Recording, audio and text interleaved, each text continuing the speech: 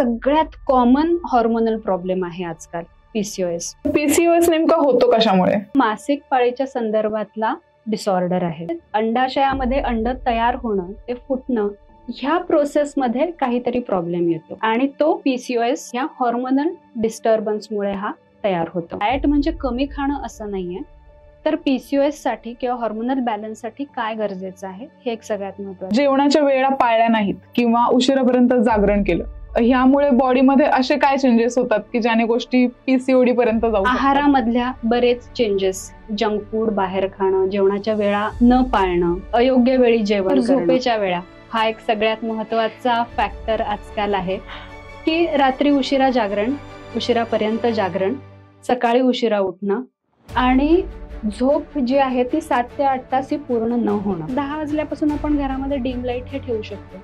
आपल्या ब्रेनला ते स्टिम्युलेशन मिळतं, ते मेसेज मिळतो की आता ही झोपायची वेळ झालेली आहे आणि ब्रेन पण काम डाऊन व्हायला सुरुवात होते, नर्व्हज ह्या काम डाऊन व्हायला सुरुवात. आजकाल पाळीचं वय पण खूप अलीकडे आलेलं आहे, म्हणजे 9व्या 10व्या वर्षी ही पाळी सुरू होते. लग्न झाल्यानंतर समजा पीसीओएस हा डेव्हलप झाला तर गर्भधारणेमध्ये प्रॉब्लेम आपल्याला दिसून येतो. वर्किंग वुमेन मध्ये सगळ्यात जास्त महत्त्वाचा प्रॉब्लेम असतो टाइम मॅनेजमेंट आणि स्वतःच्या आरोग्याकडे दुर्लक्ष.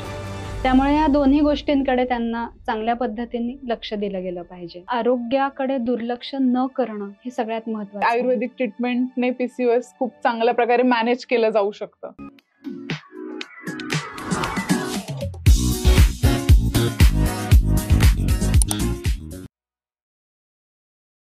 तर मित्रांनो, आज मी डॉक्टर प्रेरणा बेरी यांना भेटली आहे आणि त्यामागील 18 वर्षांपासून आयुर्वेदा या क्षेत्रामध्ये काम करत आहेत.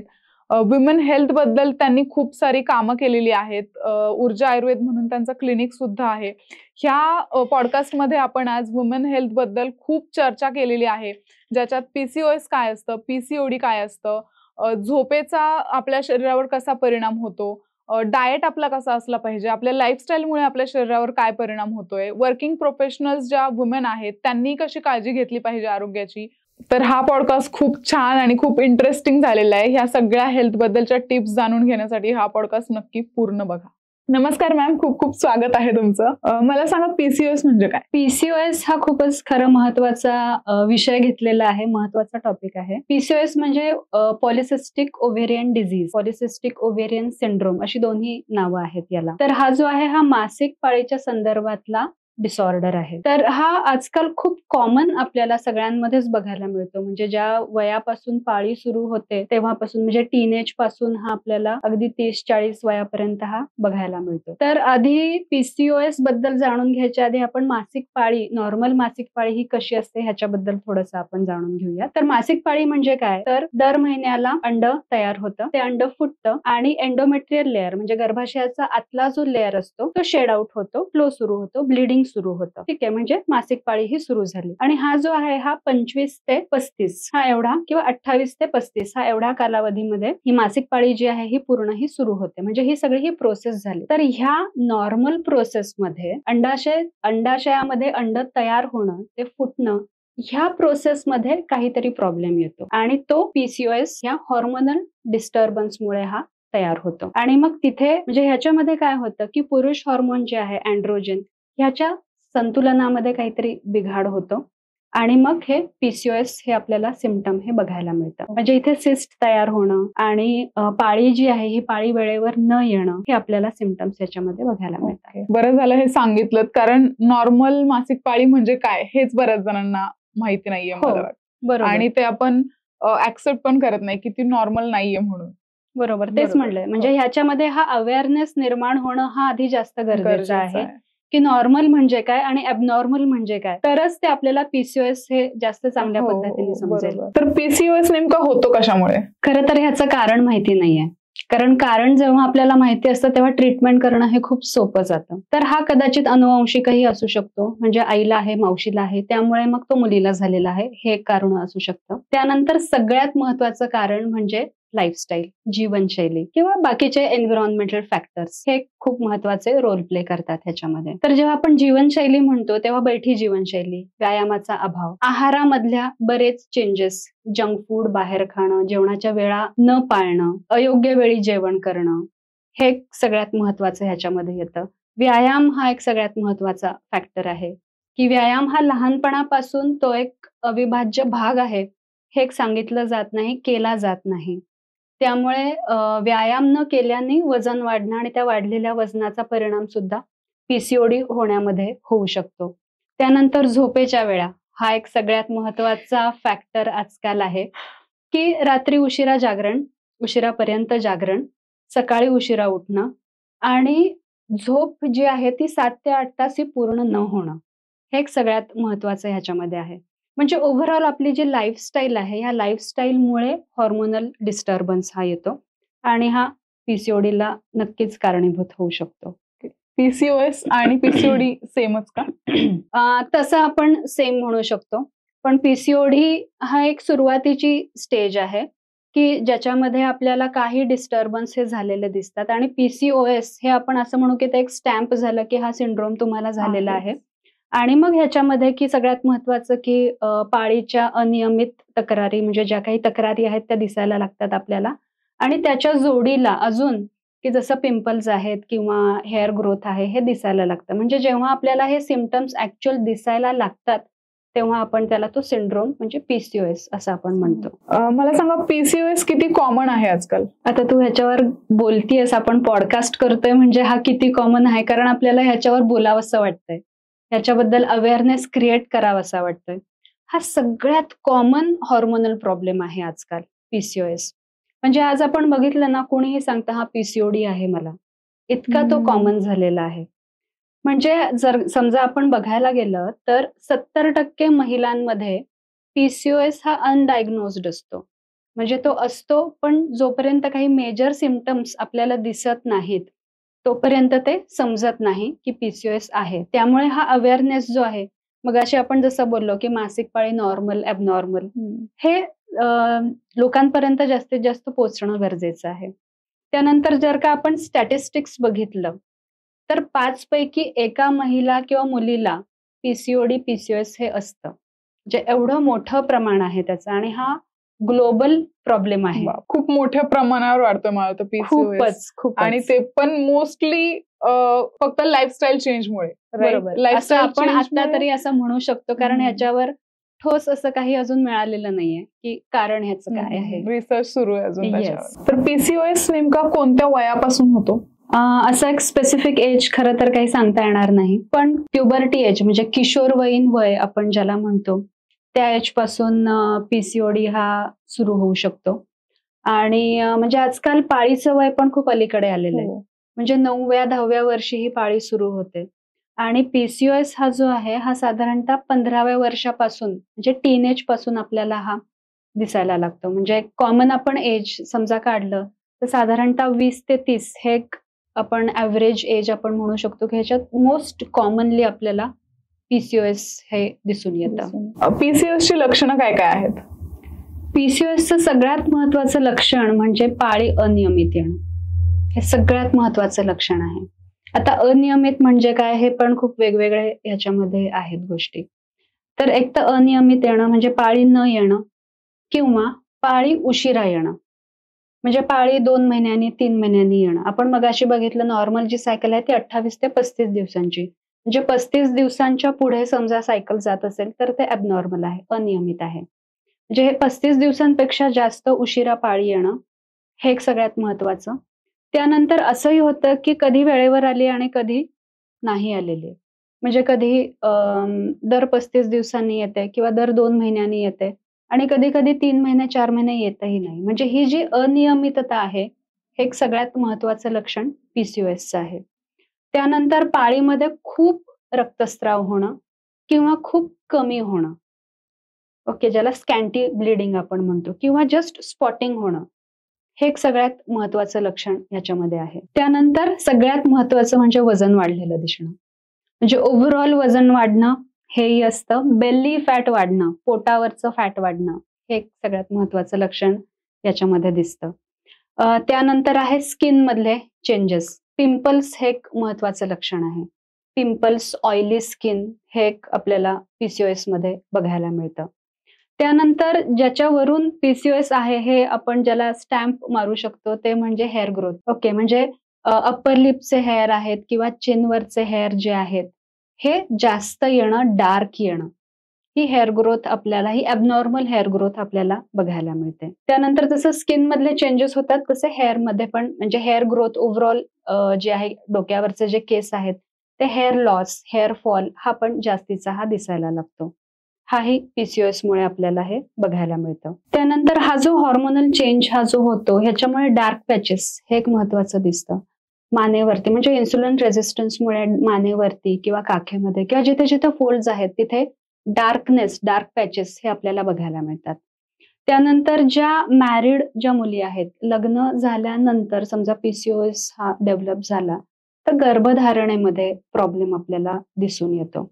म्हणजे ते ट्राय करतायत पण तरीही नॉर्मली ते राहू शकत नाही, कारण तिथे बेसिक जे काही आहे फंक्शनिंग की ओव्ह्युलेशन, अंड ह्या संदर्भातले सगळे डिस्टर्बन्स असल्याने गर्भधारणेला हा प्रॉब्लेम हा डेफिनेटली येऊ शकतो.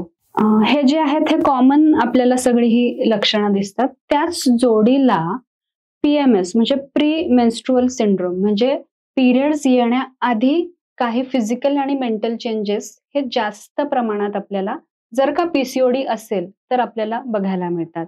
म्हणजे ह्याच्यामध्ये जनरली तुम्ही बघितलं असेल फूड क्रेव्हिंग्स होणं, गोड खावंसं वाटणं किंवा मेंटल इरिटॅबिलिटी, चिडचिड, डिप्रेशन, अँझायटी ही लक्षणं काही डेव्हलप होतात. पण ती नॉर्मल आहे असं म्हणतात ना. मग तेच तर म्हणते ना की हे सगळ्यात महत्वाचं आहे की नॉर्मल काय, ॲबनॉर्मल काय, आणि नॉर्मल जरी असलं तरी ते किती दिवस आहे हे सगळ्यात जास्त महत्वाचं. म्हणजे समजा तुमचा पिरियड्स येण्याआधीचा आठवडा, जे आपण जेव्हा प्री मेन्स्ट्रुअल सिंड्रोम म्हणतो, पूर्ण आठवडाभर तुम्हाला हे वेगवेगळी लक्षणं दिसत असतील तर ह्याच्यामध्ये किती तुमचा वेळ जाणार आहे. म्हणजे हे जे आहे हे मेंटली पण दिसतात आणि फिजिकली पण दिसतात, की जसं ब्रेस्ट टेंडरनेस म्हणजे स्तन जे आहेत हे दुखणं, हे पण एक खूप महत्वाचं लक्षण ह्याच्यामध्ये दिसतं. त्यानंतर थकवा येणं, जे प्रचंड मोठ्या प्रमाणात थकवा येतो. म्हणजे हा जो हॉर्मोनल डिस्टर्बन्स आहे हा पूर्ण शरीरावर आणि मनावर सगळ्यावर हा परिणाम करतो. हो, आणि मग पूर्ण आयुष्यावरच परिणाम करतो.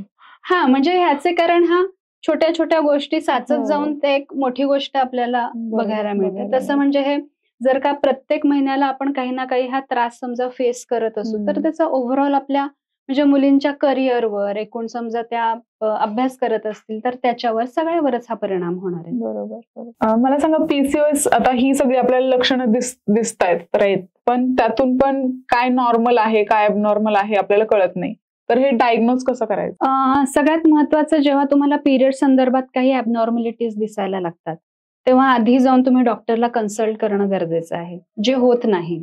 म्हणजे समजा लहान मुलगी समजा असेल तर ती आईला विचारणार, आई म्हणणार हा ठीक आहे, असं होतच. म्हणजे हे अवेअरनेस हा जास्त क्रिएट झाला पाहिजे की हा ठीक आहे, 1 महिना नाही आलं ठीक आहे, बघूयात आपण पुढच्या महिन्यात बघू. पण जेव्हा आपल्याला छोट्याशा गोष्टी जेव्हा दिसतात तेव्हा त्याच्या मागे ते डेव्हलप होण्यासाठी बराच काळ गेलेला असतो. एका दिवसात, एका महिन्यात काही ते डेव्हलप होत नाही. त्यामुळे जेव्हा तुम्हाला ॲबनॉर्मॅलिटीज दिसतायत तेव्हा आधी जाऊन डॉक्टरला कन्सल्ट करणं गरजेचं आहे आणि मग काही त्या टेस्ट ज्या काही सांगितल्या जातात त्या टेस्ट करणं गरजेचं आहे. तर ह्याच्यात सगळ्यात महत्वाचं म्हणजे सोनोग्राफीमध्ये आपल्याला पीसीओडी हे डायग्नोज होऊ शकतं. त्याच्यामध्ये पॉलिसिस्टिक ओव्हरीज ह्या दिसतात आपल्याला. त्यानंतर काही ब्लड टेस्ट करणं हे गरजेचं आहे. पण मी परत एकदा सांगेन की हे डॉक्टरच्या सल्ल्यानेच तुम्ही करा. म्हणजे समजा मी इथे काही ब्लड टेस्ट सांगते तर त्या तुम्ही लगेच जाऊन करून येऊ नका. ते कारण हे मी थोड्या सांगणार आहेत, कदाचित तुम्हाला अजून काही वेगळे प्रॉब्लेम्स असू शकतात, त्यानुसार ते ब्लड टेस्ट आपल्या ह्या बदलल्या जातील. तर ह्यामध्ये सगळ्यात महत्वाचं म्हणजे तुमचे काही हॉर्मोनल लेवल्स काय आहेत हे बघितलं जातात. म्हणजे त्याच्यामध्ये काय LH, FSH, टेस्टोस्टेरॉन, प्रोलॅक्टिन ह्या काही हॉर्मोनल लेवल्स ह्या चेक केल्या जातात. कोलेस्ट्रॉल लेवल, इन्सुलिन पण म्हणजे ब्लड शुगर लेवल हेही चेक केलं जातं. थायरॉइड लेवल्स ह्या पण चेक केल्या जातात.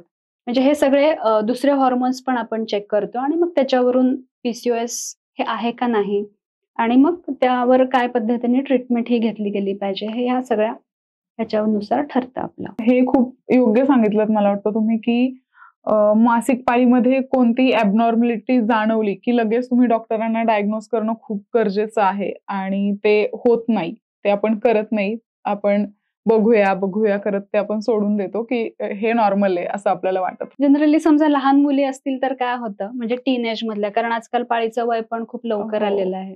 एखादा महिना नाही पाळी आली ना तर त्यांना छान वाटतं की अरे पाळी नाही आली, म्हणजे ते त्यांना काइंड ऑफ रिलीफ मिळतो. पण समजा पाळी ही नॉर्मल असेल तर खरं तर एवढा त्रास होत नाही. त्यामुळे पाळी ही नॉर्मल असणं, त्याच्यामध्ये फार काही त्रास न होणं, ही स्टेज समजा तुमची आली तरच ते नॉर्मल आहे. थोडीशी जी काही ॲबनॉर्मॅलिटी समजा असेल, पोटात दुखणं असेल किंवा खूप जास्त अंगावरून जातंय, खूप जास्त थकवा येतोय, तर तेव्हा सुद्धा डॉक्टरला कन्सल्ट करणं हे गरजेचं आहे. तर मला सांगा की जेवणाच्या वेळा पाळल्या नाहीत किंवा उशिरापर्यंत जागरण केलं, ह्यामुळे बॉडीमध्ये असे काय चेंजेस होतात की ज्याने गोष्टी पीसीओडी पर्यंत जाऊ शकतात? आजकाल हे सगळ्यांचंच असं होतं की जेवणाच्या वेळा फॉलो होत नाहीत आणि जेवण, बाहेरचं जेवण, झोपेच्या तक्रारी किंवा झोप उशिरा, हे जे काही ह्यालाच आपण लाईफस्टाईल आपण म्हणतो. आणि आजकालचे जे काही प्रॉब्लेम्स आपल्याला दिसतायत, फिजिकल, मेंटल, ह्याला सगळ्याला आपण lifestyle disorder, okay, right from diabetes, heart disease, ह्या सगळ्यालाच आपण लाईफस्टाईल डिसऑर्डर असं म्हणतो. म्हणजे हे किती महत्वाचं आहे हे लक्षात घेतलं पाहिजे. कारण जेव्हा आपण लाईफस्टाईल म्हणतो तेव्हा एक काहीतरी एक बॉडी क्लॉक किंवा निसर्गाचं एक काहीतरी एक क्लॉक, हे एक ठरवून दिलेलं आहे की सकाळ ही इतक्या वाजता होणार, संध्याकाळ, रात्र, हे जे काही आहे हे ठरवून दिलेलं आहे आणि त्यानुसार आपली बॉडी जी आहे ती ट्यून झालेली आहे. बरोबर. म्हणजे सकाळी या इतक्या वाजता उठलं पाहिजे, नाश्ता केला पाहिजे, जेवण केलं पाहिजे, व्यायाम केला पाहिजे, हे जे काही सगळं आहे दिस इज आवर लाईफस्टाईल. ठीक आहे. आणि ह्या सगळ्यातच ही खूप मोठी गडबड झालेली आहे. ह्याच्यामुळे काय होतं की एक जनरल आपण सगळ्याच गोष्टीमध्ये समजा वेळा पाळल्या नाहीत, जेवणाच्या नाही पाळल्या, झोपेच्या नाही पाळल्या, तर जे बेसिक जे आहे डायजेशन आणि मेटाबॉलिझम, ह्याच्यामध्ये हे चेंजेस सुरू होतात. म्हणजे आपलं पचन जे आहे ते पचन नीट होत नाही. पचन ही खूप बेसिक गोष्ट आहे. म्हणजे मी आयुर्वेदिक डॉक्टर आहे तर आम्ही अग्नी, जाठराग्नी ज्याला म्हणतो, ही खूप महत्वाची गोष्ट आहे. तर तुमचा जाठराग्नी जर का चांगला असेल तर पुढचे सगळे धातू जे आहेत, 7 धातू सांगितलेले आहेत, जे धातू शरीराला धारण करतात. रस, रक्त, मांस, मेद, अस्थि, मज्जा आणि शुक्र, ह्या 7ही धातूंचं काम जर का व्यवस्थित चालू असेल तर आपलं सगळं शरीर हे व्यवस्थित चालणार आहे.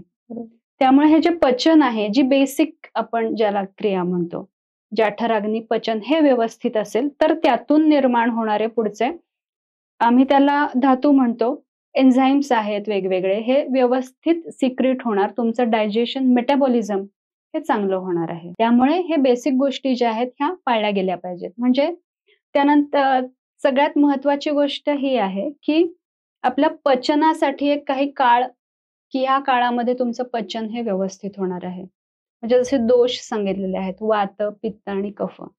तर पित्त जे आहे, पित्त हे पचनाला मदत करणार आहे. म्हणजे दुपारची समजा आपण वेळ घेतली की 12 ते 2च्या मध्ये हे जेवण हे केलं गेलं पाहिजे, कारण त्या वेळेमध्ये आपलं पित्त जे आहे हे पित्त चांगल्या प्रमाणे काम करत असतं, ऍक्टिव्ह असतं. जठराग्नी पण ऍक्टिव्ह असतो. जठराग्नी ऍक्टिव्ह असतो. त्यामुळे जर का आपण ह्या वेळेमध्ये समजा जेवलो तर त्या अन्नाचं पचन जे आहे ते पचन चांगलं होणार आहे. ठीक आहे. आणि एक समजा स्पेसिफिक वेळ पाळणं हे पण गरजेचं आहे. ठीक आहे. कारण स्पेसिफिक वेळ जेव्हा आपण पाळतो तेव्हा ब्रेन कडून त्या वेळेत ते मेसेजेस जातात की ह्या वेळेत तुमचं समजा जेवणाची वेळ आहे, तुमची समजा नाश्त्याची वेळ 9 आहे, जेवणाची वेळ ही 1 आहे, तर बरोबर त्या वेळेत ते ऍसिड्स, ते एन्झाईम्स हे सिक्रेट व्हायला लागतात आणि तुमची डायजेशनची प्रोसेस जी आहे ही चांगल्या पद्धतीने होते. समजा म्हणजे अगदी कॉमनली सांगायचं झालं तर तुमची समजा जेवणाची वेळ, तुझी काही कामात आहे, जेवणाची वेळ थोडीशी डिले झाली तर काय होतं, ऍसिडिटी होते. की पोटात ऍसिड सिक्रेट व्हायला लागतं, कारण ती वेळ आहे तुमच्या जेवणाची. ते ऑलरेडी तुमचं शरीराचं काम हे सुरू झालेलं आहे, तुम्ही वरून त्याला काही दिलेलं नाहीये त्या ऍसिडला की काम करायला, मग काय होणार आहे, ऍसिडिटी होणार आहे. म्हणजे एक ते आपलं बॉडी क्लॉक हे खूप महत्वाची गोष्ट आहे की बॉडी क्लॉक आपलं हे ठरलेलं असतं. अर्थात प्रत्येकाचं वेगवेगळं असेल, थोडंसं चेंज होईल, त्याच्या त्याच्या कामाच्या स्वरूपानुसार. पण हे बॉडी क्लॉक स्वतःचं काय आहे हे सेट करून घेतलं पाहिजे, की सकाळी मी इतक्या वाजता उठणार, म्हणजे त्या बाकीच्या पुढच्या ज्या प्रोसेस असतात त्या प्रोसेस ह्या व्यवस्थित ह्या सुरू होतात. मला सांगा, झोपेचा कसा परिणाम होतो आपल्या हेल्थवर? झोप ही सगळ्यात महत्वाची गोष्ट आहे. म्हणजे आयुर्वेदात पण सांगितलं आहे की त्रयोपस्तंभ, आहार, निद्रा आणि ब्रह्मचर्य ह्या 3 खूप महत्वाच्या गोष्टी आहेत की आपलं आयुष्य, आपलं डेली रुटीन जे आहे ते व्यवस्थित चालण्यासाठी. तर जेव्हा आपली झोप ही व्यवस्थित असते तेव्हा आपलं ब्रेन फंक्शन जे आहे हे व्यवस्थित राहतं. कारण याच्यामध्ये झोपेदरम्यान हे काय होतं तर तुमचे सेल्स, टिश्यूज, ब्लड वेसल्स ह्या रिपेअर होण्याचं काम होतं. त्यानंतर तुमची सगळी बॉडी जी आहे ही बॉडी रिलॅक्स होते. आपण दिवसभर कामामध्ये असतो, म्हणजे आपलं फिजिकली, मेंटली सगळ्या पद्धतीने काम हे चालू असतं. त्यामुळे हे सर्व स्तरांवरती ही झीज होत असते आणि ही झीज भरून काढण्याचं काम जे आहे हे रात्रीच्या झोपेमध्ये हे होत असतं. जे इतकी महत्वाची ही झोप आहे. जे ब्रेन फंक्शन आपलं चांगलं राहण्यासाठी म्हणून झोप महत्वाची आहे. त्यानंतर फिजिकल हेल्थ, हे तुमचे मसल्स जे आहेत हे मसल्सची पण झीज होतीये. त्यामुळे त्याचंही व्यवस्थित रिपेअर समजा करायचे असतील तर झोप ही खूप महत्वाची आहे. तुमचे सेल्स, टिश्यूला रिज्युमिनेट करण्यासाठी झोप ही महत्वाची आहे. तुमचा मूड चांगला राहण्यासाठी म्हणूनही झोप ही महत्वाची आहे. म्हणजे साध्या आपली समजा एखाद्या दिवशी झोप नाही झाली तर दुसरा अख्खा दिवस हा पण चिडचिड आपली होत राहते.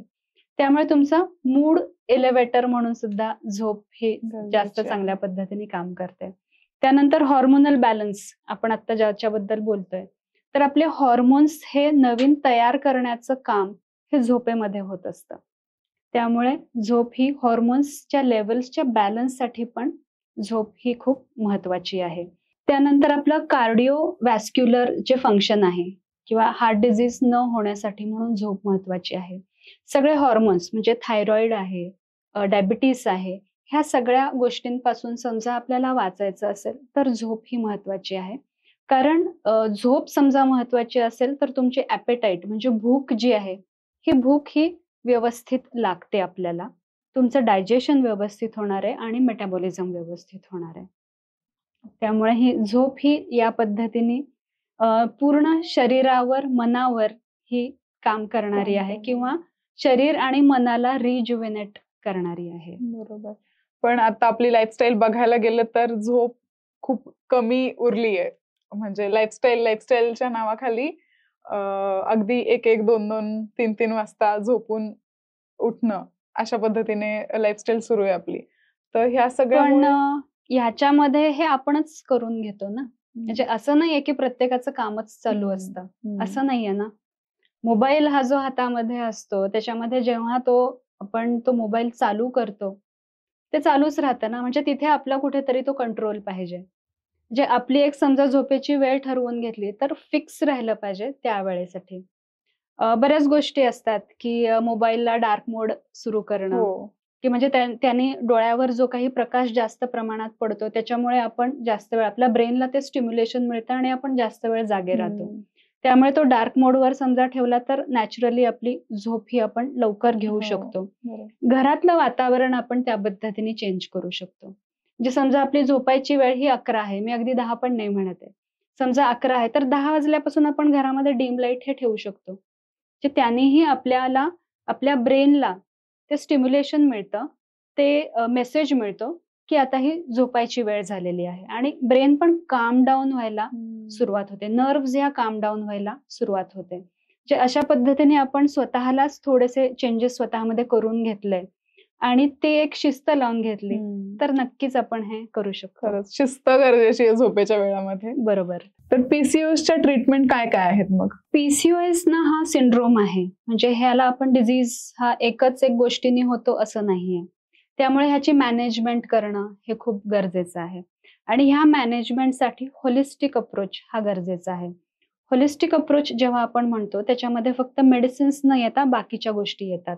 लाईफस्टाईल मॅनेजमेंट जे आतापर्यंत आपण बोलत आलेलो आहे, तर लाईफस्टाईल मॅनेजमेंट आणि ट्रीटमेंट ह्या 2 गोष्टी ह्याच्यामध्ये येतील. तर मेडिसिन्स डेफिनेटली तुम्ही ह्याच्यामध्ये घेऊ शकता. आयुर्वेदिक मेडिसिन्स आहे, पंचकर्म आहे, या गोष्टीचा चांगला उपयोग होतो. आणि मॅनेजमेंटमध्ये येतं तुमचं डायटरी मॅनेजमेंट येतं. एक्सरसाइज हा सगळ्यात महत्वाचा पार्ट येतो, की जो आजकाल फारच आपण दुर्लक्षित करत आहोत. त्यामुळे आयुर्वेदिक औषधं, पंचकर्म, त्यानंतर एक्सरसाइज, व्यायाम आणि डाएट, ह्या समजा 4 गोष्टी आपण व्यवस्थित इन्क्लूड केल्या तर आपण खूप चांगल्या पद्धतीने पीसीओएस हा मॅनेज करू शकतो. तर ह्याच्यामध्ये डाएट बद्दल आपण आता थोडंसं बोलूयात, की डाएट जेव्हा आपण म्हणतो तेव्हा डाएट म्हणजे कमी खाणं असं नाहीये. तर पीसीओएस साठी किंवा हॉर्मोनल बॅलन्ससाठी काय गरजेचं आहे हे एक सगळ्यात महत्वाचं आहे. कारण पीसीओएस जेव्हा आपण म्हणतो तेव्हा त्याच्यामध्ये सगळ्यात महत्वाची गोष्ट वजन वाढणं हे आपल्याला खूप मोठ्या प्रमाणात हे दिसून येतं आणि पोटावरचं फॅट हे वाढलेलं असतं. त्यामुळे डाएटमध्ये तुमच्या प्रोटीन्स आणि फायबर्स ह्याचं प्रमाण हे वाढवलं गेलं पाहिजे. त्यानंतर तुमचं 2 ते 3 वेळेला व्यवस्थित खाणं हे अगदी कंपल्सरी आहे. म्हणजे तुम्ही ब्रेकफास्ट हा स्किप नाहीच केला पाहिजे. ब्रेकफास्ट हा हेवी ब्रेकफास्ट आणि ज्याच्यामध्ये प्रोटीन्स हे अगदी व्यवस्थित आहेत, या पद्धतीने तुम्ही हे खाल्ले पाहिजेत. म्हणजे प्रोटीन्स, फायबर्स हे तुम्ही ब्रेकफास्टमध्ये अगदी चांगल्या पद्धतीने हे मॅनेज केले पाहिजेत.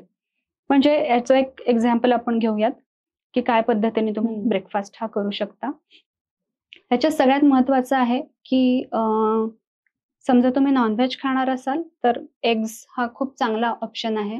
एग व्हाईट तुम्ही सकाळी घेऊ शकता आणि त्याच्याबरोबर फ्रुट्स किंवा सॅलड्स पैकी, कच्च्यापैकी हे काही तुम्ही त्याच्याबरोबर इन्क्लूड करू शकता. हे खाऊन समजा भूक असेल तर तुमचा जो काही रोजचा नाश्ता आहे, की काय घरी पोहे केले, उपीट केलंय, हे तुम्ही त्याच्याबरोबर घेऊ शकता. म्हणजे आधी तुमची प्रोटीन्स आणि फायबर्सची जी काही गरज आहे ती तुम्ही भागवून घ्या आणि मग तुम्ही कार्ब्सकडे जा. सगळ्यात महत्वाचं, जर का तुम्ही व्हेजिटेरियन असाल तर स्प्राउट्स हा महत्वाचा ऑप्शन ह्याच्यामध्ये राहतो. स्प्राउट्स थोडेसे शिजवलेले, ह्याच्यामध्ये हिरवे मूग, मटकी, मसूर, चवळी हे तुम्ही थोडेसे शिजवून घेऊ शकता. ह्याचं काही कॉम्बिनेशन करून तुम्ही घेऊ शकता आणि प्लस ह्याच्या जोडीला फ्रुट्स किंवा कच्च्यामध्ये काकडी, टमॅटो, बीट, गाजर ह्या सगळ्या गोष्टी ह्याच्यामध्ये येतात. म्हणजे हे जे कॉम्बिनेशन आहे, हे कॉम्बिनेशन तुम्ही सकाळच्या वेळेमध्ये समजा खायला सुरुवात केली तर फारच चांगलं आहे. थालीपीठ, दिरडं हे सुद्धा एक महत्वाचा ऑप्शन ह्याच्यामध्ये येऊ शकतो. त्यानंतर फायबर्समध्ये सब्जा, इसबगोल हे सुद्धा ऑप्शन्स येतात, की जे पटकन तुम्ही घेऊ शकता आणि त्याचे रिझल्ट्सही चांगले आहेत. वजन कमी करण्याच्या दृष्टीने पण हे खूप महत्वाचे असतात. त्यानंतर जेव्हा आपण जेवणामध्ये आपण बघतो तेव्हा जेवण आपण जे घेतो ते आपलं जे ट्रेडिशनल जे ताट आहे, की पोळी भाजी, वरण भात, कोशिंबीर, हे सगळं ट्रेडिशनल ताट हे खूप महत्वाचं आहे. सगळ्या गोष्टी इन्क्लूड ह्या झाल्या पाहिजेत. यामध्ये जेव्हा वजन कमी करायचंय तेव्हा आम्ही सजेस्ट करतो की तुम्ही भाकरीवर शिफ्ट व्हा. भाकरी खाणं हे जास्त गरजेचं आहे. त्यांनी हे फायबर्स हे जास्त मोठ्या प्रमाणात मिळतात. भाज्या खाणं हे गरजेचं आहे कारण त्याच्यातून फायबर्स हे मिळणार आहेत. प्रोटीन्समध्ये वरण किंवा स्प्राउट्स, उसळी ह्या असणं हे खूप गरजेचं आहे आणि कच्चं म्हणजे कोशिंबीर पण इन्क्लूड केली पाहिजे. ताक हे खूप एक महत्वाची गोष्ट आहे, की ज्यांनी फायबर्सही मिळतात, वजन कमी व्हायला पण मदत होते. प्रोबायोटिक किंवा आजकाल सगळीकडे प्रोबायोटिकचा खूप बाजार उठलाय सगळीकडे महत्वाचं गट हेल्थ. हे अगदी असं म्हणजे सगळे पेशंट्स पण येऊन सांगतात की माझी गट हेल्थ चांगली नाहीये. तर म्हणजे काय हे विचारावं लागतं. तर गट हेल्थ साठी ताक हे आपल्या सगळ्या पिढ्यांनी हे सांगून ठेवलेलं आहे. आपले ट्रेडिशन आहे ताक हे, की जेवणामध्ये ताक पाहिजे, दही पाहिजे. तर हे जे ताक आहे दिस इज गुड प्रोबायोटिक. म्हणजे तुम्हाला बाहेरचं विकत घ्यायची काही गरज नाहीये. घरच्या घरी छान ताक करा, ते रोज प्या. तुमची गट हेल्थ ही चांगली राहणार आहे, डायजेशन चांगलं राहणार आहे, पोट साफ राहायला मदत होणार आहे. आणि सगळ्यात महत्वाचं, ताक जे आहे हे फॅट मेटाबॉलिझमला मदत करतं, फॅट डायजेस्ट करायला मदत करतं. त्यामुळे वजन ज्यांना कमी करायचं आहे त्यांनी ताक हे अगदी रोजच्या रोज घेणं हे गरजेचं आहे. म्हणजे तुम्ही सकाळ संध्याकाळ, अर्थात सीझन वाईज आहे, तर तुम्ही सकाळ संध्याकाळ एक ग्लास समजा ताक घेतलं आणि भाकरी ही एक इम्पॉर्टंट समजा इन्क्लूड केली, हे तर तुमचं वजन. आपण गुजराती राजस्थानी डाएट्स मध्ये बघतो आय गेस, की ताक कंपल्सरी असतं त्यांच्याकडे, सकाळी दुपारी ताक कंपल्सरी. बरोबर. त्यामुळे ताक हे खूप महत्वाचं आहे. म्हणजे कसं आहे ना, आपल्या ट्रेडिशनल जी थाळी आहे त्याच्यामध्ये ह्या सगळ्या गोष्टी ह्या इन्क्लुडेड आहेत. पण आजकाल आपण ते ट्रेडिशन आपल्याला आउटडेटेड वाटतं आणि मग आपण सगळ्या जंक फूड कडे जातो. Pizza, burger, pizza, burger bread, ह्या सगळ्या गोष्टींकडे क्रेज ती जास्त आहे. पण stick to your traditions, definitely तुम्हाला त्यांनी ही मदत होणार आहे. एक्सरसाइज, व्यायाम हा सगळ्यात महत्वाचा आहे आणि आजकाल खूप दुर्लक्षित आहे एक्सरसाइज हा. आणि ह्याच्यामध्ये खरं तर बरेच पेशंट्स येतात आणि सांगतात नाही आमचं वॉकिंग चालू आहे, पण वॉक हा एक्सरसाइज नाहीये. वॉक हा कोणाला की जे लोक आजारपणातून उठलेत आणि त्यांना काहीतरी व्यायाम सुरू करायचा आहे तर त्यांनी वॉकिंग केलं तर ठीक आहे. पण वॉकिंग हे 20व्या वर्षासाठी वॉकिंग हे नाहीये, 30व्या वर्षासाठी वॉकिंग नाहीये. तिथे तुमची जी शरीराची जी स्ट्रेंथ आहे त्यानुसार तुम्हाला एक्सरसाइज हा केला गेला पाहिजे. त्यामुळे वॉकिंग हा एक प्रकार होऊ शकतो की जे तुम्हाला मोबिलाइज करण्यासाठी, एनर्जी देण्यासाठी म्हणून हा गरजेचा आहे. पण तुमच्या क्षमतेनुसार व्यायाम करणं हे खूप गरजेचं आहे. त्यामुळे तुम्ही डेफिनेटली योगा जॉईन करू शकता. ज्यांना शक्य आहे, ज्यांची क्षमता आहे ते जिम जॉईन करू शकतात किंवा घरच्या घरी आजकाल बरेचसे ऑनलाईन क्लासेसही असतात. आपल्या ओळखीत आहेत, आजूबाजूला आहेत. तर एक्सरसाइज ऑनलाईन पण अतिशय चांगल्या पद्धतीने होऊ शकतो. तर हे एक्सरसाइज क्लासेस जॉईन करणं हे गरजेचं आहे. कारण आपण स्वतःला मोटिवेट करू शकत नाही. कुणीतरी समजा एक्सरसाइज घेत असेल तरच तो एक्सरसाइज हा चांगल्या पद्धतीने होऊ शकतो. त्यामुळे क्लास लावणं, जिम लावणं हा एक्सरसाइजसाठी महत्वाचा भाग आहे. तर तुमचं वजन कंट्रोलमध्ये राहणार आहे. एक्सरसाइजमुळे तुमचा मूड हा चांगला राहणार आहे. जेवढं तुम्ही ऍक्टिव्ह असाल तेवढं तुम्ही जास्त व्यवस्थित पद्धतीने काम करू शकणार आहे. एक निसर्गाचा नियम आहे, एक use it or lose it. वापरा नाही तर गमवा. त्यामुळे हे समजा तुम्ही तुमचे मसल्स, बोन्स हे समजा वापरलेच नाहीयेत तर मग ते तुम्हाला गमवावेच लागणार आहेत. बरोबर. त्यामुळे एक्सरसाइज हा खूप महत्वाचा आहे तुमच्या मसल्ससाठी पण, तुमच्या बोन हेल्थसाठी पण, तुमच्या लॉंग लाईफसाठी पण, जे अँटी एजिंग साठी पण, हॉर्मोनल बॅलन्ससाठी पण, सगळ्याच स्तरांवरती एक्सरसाइज हा खूप महत्वाचा आहे. हो, कारण आजकाल महिलांना जर आपण बघितलं ना तर त्या म्हणतात करते की मी व्यायाम, चालायला जाते, एक्झॅक्टली, फिरायला जाते. वॉक हा एक्सरसाइज नाही, कारण तिथे मसल्सचा यूज नाही होते. तुम्ही फक्त सरळ वॉक करताय, ते पण प्लेन रोडवर, सरळ रोडवर तुम्ही वॉक करताय. जे तुम्ही कुठे चढताय, उतरताय, या पद्धतीने सुद्धा ते वॉकिंग होत नाही. जे तुमचा फक्त हार्ट रेट थोडासा वाढतोय, बस तेवढंच काय ते होतंय. म्हणजे जेव्हा आपण एक्सरसाइज म्हणतो तेव्हा त्याच्यामध्ये कार्डिओ येतं, स्ट्रेंथ ट्रेनिंग येतं, म्हणजे तुमच्या मसलसाठीचं ट्रेनिंग येतं. म्हणजे हे जेव्हा तुम्ही करता तेव्हाच ते प्रत्येक मसल्सना काम मिळणार आहे आणि तर ते स्ट्रेंथन होणार आहेत. बरोबर. त्यामुळे ह्या एक्सरसाइजचा फक्त हा एक्सटर्नल उपयोग नाहीये, तर तुमच्या हॉर्मोनल बॅलन्ससाठी, वजन कमी करायचं असेल तर स्ट्रेंथ ट्रेनिंग जे आहे हेच खूप महत्वाचं आहे. बरोबर. स्ट्रेंथ ट्रेनिंग मध्ये काय असतं, आपण वजन उचलून जे काही करतो, मसल्सना काम देतो आपण ऍक्च्युअल स्ट्रेंथ ट्रेनिंग मध्ये. ब्लड सर्क्युलेशन तुमचं चांगलं होणार आहे, तुमचे हॉर्मोनल लेवल्स चांगलं होण्यासाठी म्हणून एक्सरसाइज हा बेस्ट ऑप्शन आहे. राईट.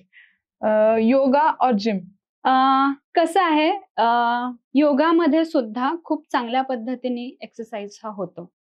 योगाचा उद्देश हा वेगळा आहे, त्याच्यामध्ये एक्सरसाइजही होतं, स्ट्रेचिंग हे खूप चांगल्या पद्धतीने होतं, फिजिकल आणि मेंटल दोन्ही गोष्टींवरती चांगलं काम होतं. पण जे आता आपण जे म्हटलं की स्ट्रेंथ आपल्याला समजा वाढवायची असेल तर तिथे जिम लावणं हेच गरजेचं आहे. वजन समजा कमी करायचं असेल तर तुम्हाला जशी फ्लेक्झिबिलिटी पाहिजे तसंच त्या पद्धतीने ते स्ट्रेंथ ट्रेनिंग पण पाहिजे की ज्याच्यामुळे ते फॅट्स जे आहेत ते कमी होणार आहेत. त्यामुळे आपण असं नाही म्हणू शकत की फक्त योगाच केला पाहिजे किंवा फक्त जिम केलं पाहिजे. कॉम्बिनेशन जेव्हा आपण करू तेव्हाच ते चांगल्या पद्धतीने काम करणार आहे. आणि पीसीओएस ला आयुर्वेदामध्ये काय काय उपचार उपलब्ध आहेत? पीसीओएस ला खूप चांगल्या पद्धतीचे उपचार आहेत आणि आजकाल ना खूप लहान लहान मुली येतात, म्हणजे ज्यांचं खूप डिस्टर्ब सायकल असते, अनियमित पाळी जी असते आणि म्हणजे अगदी 15व्या वर्षापासून मुलींना आजकाल हा प्रॉब्लेम हा फेस होत आहे. आणि मग ह्या वयापासून समजा आपण सुरुवातीला जेव्हा जे लक्षात येते तेव्हापासून ट्रीटमेंट आपण सुरू केली तर पुढे जाऊन हा खूप चांगल्या पद्धतीने पिरियड्स रेग्युलराइज व्हायला आणि पुढचं जे काही आहे की फर्टिलिटी आणि हे सगळं अचीव्ह करायला खूप चांगल्या पद्धतीने मदत होते. तर ह्याच्यामध्ये मेडिसिन्स पण आहेत खूप चांगल्या पद्धतीने. की जे इर्रेग्युलर पाळी जी झालेली आहे त्याच्यासाठी आपण देतो. काही मी नावं सांगते, पण नक्कीच ही तुम्ही नावं फक्त ऐका. पण तुमचं जे काही कन्सल्टिंग आहे ते डॉक्टरकडे कन्सल्ट करूनच तुम्ही ही मेडिसिन्स घ्या. जे रसपाचक आहे, चंद्रप्रभा आहे, कुमारी आसव, दशमूलारिष्ट, आरोग्यवर्धिनी. म्हणजे इथे जेव्हा आपण काम करतो तेव्हा पुन्हा आपण डायजेशनवर काम करतो, वजन कमी करण्यासाठी काम करतो. ज्याचा उपयोग हा हॉर्मोनल बॅलन्ससाठी पण होणार आहे. त्या जोडीला पिंपल्स असतात किंवा हेअर ग्रोथ असते. जसं आपण मेडिसिन्स द्यायला सुरुवात करतो, पिरियड्स जसे-जसे नॉर्मल येतात, की दर महिन्याला पिरियड्स यायला लागलेले आहेत, तशी ही हेअर ग्रोथ पण कमी होते. कारण ही टोटली हॉर्मोनल डिपेंडंट ही बरोबर. असते त्यामुळे. पिंपल्सचं पण तसंच आहे, की आपण औषधं द्यायला सुरुवात करतो आणि जसे हे हॉर्मोन बॅलन्स व्हायला लागतात, तसं पिंपल्स पण हे कमी होतात. जे जनरली आपण बघतो, की हेअर ग्रोथ आणि पिंपल्ससाठी हे फक्त एक्सटर्नल ट्रीटमेंट ही घेतली जाते. पण कोणताच ब्युटी प्रॉब्लेम जो आहे हो. हा एक्सटर्नल नसतो. नसतो. काहीतरी इंटरनल प्रॉब्लेममुळेच आलेला असतो. त्यामुळे बरोबर. हे जेव्हा आपण पीसीओएस साठी हे स्पेशली आपण जेव्हा ट्रीटमेंट घेतो, हो. तेव्हा हे हेअर ग्रोथ, पिंपल्स ह्याच्यावर पण खूप चांगला परिणाम आपल्याला दिसतो. हो. पंचकर्म हे सुद्धा एक खूप चांगला उपचार पद्धती आहे आणि ज्याच्याबद्दल आजकाल खूप अवेअरनेस पण आहे. लोक येतात, की आम्हाला डायरेक्ट पंचकर्म घ्यायचंय, असंच वाचूनच गुगल करून आलेले असतात. पण आपण नक्कीच स्टेप बाय स्टेप जातो, की त्यांना पंचकर्म म्हणजे खूप वेगवेगळे पंचकर्म असतात. त्याच्यापैकी त्यांना कोणतं पंचकर्म हे गरजेचं आहे, कुठल्या पंचकर्माने त्यांना जास्त चांगला फायदा होणार आहे, ते आपण सजेस्ट करतो. जनरली जेव्हा आपण पीसीओएस म्हणतो, तेव्हा त्याच्यामध्ये बस्ती, ज्याच्यामध्ये फुल बॉडी मसाज, स्नेहन, स्वेदन आणि बस्ती ही एक प्रक्रिया आपण केली जाते. 8 दिवसाची, 15 दिवसाची या पद्धतीने ते आपण करतो. त्याच्या जोडीला आपण औषधं पण चालू ठेवतो, की ज्याने खूप लवकर रिकव्हरी ही आपल्याला बघायला मिळते. फर्टिलिटीमध्ये म्हणजे वंध्यत्वामध्ये सुद्धा याचे खूप चांगले रिझल्ट्स आहेत. इन्फर्टिलिटीच्या पेशंट्सना तर आम्ही पंचकर्म हे सजेस्ट करतोच, की जेणेकरून त्यांना लवकर आणि चांगले रिझल्ट्स हे आपल्याला दिसतात. शिरोधारा हे पण एक खूप चांगला पंचकर्मापैकी आहे. शिरोधारा बरंच फेमसही आहे. हो. तर त्यांनी सगळ्यात महत्वाचं काय होतं, शिरोधाराने हॉर्मोनल बॅलन्सला पण मदत होते. तुमची स्ट्रेस लेव्हल कमी व्हायला शिरोधाराने मदत होते. कारण स्ट्रेस हा पण खूप एक महत्वाचा फॅक्टर आहे. कुठलाही प्रॉब्लेम घ्या तुम्ही, त्याच्यामध्ये स्ट्रेस हा महत्वाचा फॅक्टर आहे. आणि ह्याच्यामुळे सुद्धा हॉर्मोनल इम्बॅलन्स आपल्याला बघायला मिळतो. त्यामुळे जेव्हा आपण आयुर्वेदिक मेडिसिन्स त्याच्यामध्ये मी काही नावंही सांगितली. त्यानंतर पंचकर्म मध्ये बस्ती, शिरोधारा, नस्य हे पण एक खूप महत्वाचं आहे. नस्य म्हणजे नाकामध्ये आपण औषधी तेल हे टाकतो. त्याचाही उपयोग हा स्ट्रेससाठी खूप चांगला होतो. स्किन आणि हेअरसाठी पण खूप चांगला त्याचा उपयोग आपल्याला दिसून येतो. जसं पंचकर्मापैकी जी काही ट्रीटमेंट आहे, त्याचे अतिशय चांगले रिझल्ट दिसतात. म्हणजे पीसीओडीमध्ये हॉर्मोनल बॅलन्स आहे किंवा पीसीओडीला अनुसरून जे काही असतात, की वेट गेन आहे, त्यानंतर पिंपल्स आहेत, इन्फर्टिलिटी आहे, ह्या सगळ्यावरती त्याचा अतिशय चांगले रिझल्ट्स आपल्याला दिसून येतात. खूप चांगल्या आयुर्वेदिक ट्रीटमेंट्स तुम्ही सांगितल्या. कारण की पीसीओएस मध्ये आपण जर बघायला गेलं तर ॲलोपॅथीच्या ट्रीटमेंट्स घेऊन ते पेशंट्स रिकव्हर होत नाहीत आणि परत ते मेडिसिन्स घेऊन मग त्याचे अजून वेगळे हे दिसतात, बॉडीवरती परिणाम दिसतात. तर मला वाटतं की आयुर्वेदिक ट्रीटमेंटने पीसीओएस खूप चांगल्या प्रकारे मॅनेज केलं जाऊ शकतं. नक्कीच खूप चांगल्या पद्धतीने मॅनेज होतं. पण कसं आहे, आपल्याला ज्या ठिकाणी जी पॅथी वापरायची आहे ती नक्कीच वापरली गेली पाहिजे. पण ही जी मॅनेजमेंट जी आहे पीसीओएसची, ही आयुर्वेदाने नक्की चांगली होते. कारण आमच्याकडे असे बरेच पेशंट्स येतायत आणि जे खूप चांगल्या पद्धतीने मॅनेज होतायत. तर आजकाल वर्किंग वुमनमध्ये पीसीओएसचं प्रमाण खूप जास्त पाहायला मिळतं. तर त्यांना तुम्ही काय सांगाल? बरोबर. वर्किंग विमेनमध्ये सगळ्यात जास्त महत्वाचा प्रॉब्लेम असतो टाईम मॅनेजमेंट आणि स्वतःच्या आरोग्याकडे दुर्लक्ष. त्यामुळे या दोन्ही गोष्टींकडे त्यांना चांगल्या पद्धतीने लक्ष दिलं गेलं पाहिजे. तर टाईम मॅनेजमेंट ही कशासाठी? तर आपलं आरोग्य नीट जपण्यासाठी म्हणून टाईम मॅनेजमेंट. आता वर्किंग विमेनची समजा आपण पर्स बघितली, तर त्याच्यामध्ये लिपस्टिक असतं, मेकअपचं सामान असतं नक्कीच. तर मग ह्याच्यामध्ये समजा तुम्हाला वेळेवर खायला वेळ मिळत नाहीये, तर तुम्ही त्या वेळेला आपण पटकन काय खाऊ शकतो हे एक लक्षात घेतलं पाहिजे. म्हणजे कायम पर्समध्ये ड्रायफ्रुट्स असणं हे गरजेचं आहे. ड्रायफ्रुट्समध्ये पण बदाम, अक्रोड, काळे मनुके, अंजीर, खजूर, म्हणजे हे तुमचं वेट मॅनेजमेंट पण करतील, वेट वाढून नाही देणार आणि तुम्हाला जे काही न्यूट्रिशन, पोषण जे हवं आहे ते पण तुम्हाला मिळेल. त्यानंतर तुम्ही क्विक काय खाऊ शकाल अजून?